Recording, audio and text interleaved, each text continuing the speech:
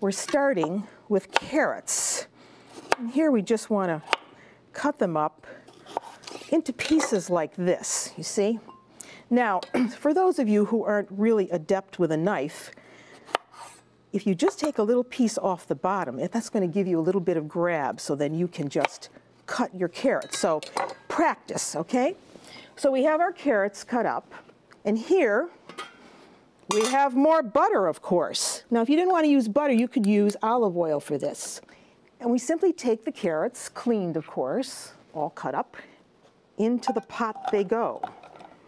And with that, we're going to add a little bit of honey, or you could use sugar if you wanted to. So I'm just going to eyeball this. We want about, a tablespoon or so of honey, just to bring out the sweetness of the carrots. So give that about a good tablespoon or a tablespoon of sugar.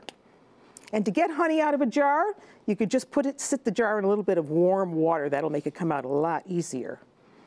That's about a tablespoon. Now we want to give it a little bit of salt and a little bit of pepper, just a pinch. Let's stir that around. You know, most people think of carrots as something that's only used to making a ragu sauce, or what the Italians call a battuto, where it's minced up very fine, and then it's combined with celery and onions, sometimes garlic, and those become the flavor base for many Italian sauces.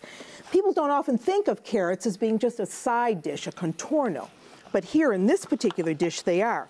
Now what the honey is doing here, besides giving it flavor, it's going to give this a nice glazy look.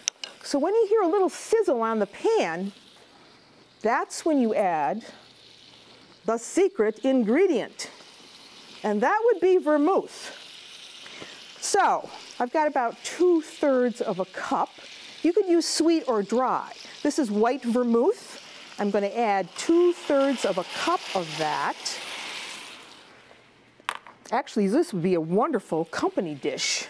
People will say, you're serving just carrots? And you can say, no, I'm serving carrots cooked in vermouth.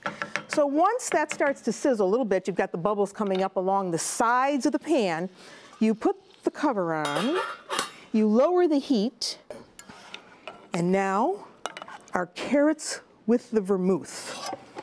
Look how beautiful they look. And all we have to do now is add a little bit of parsley to those, put them in a bowl, and those are ready to eat.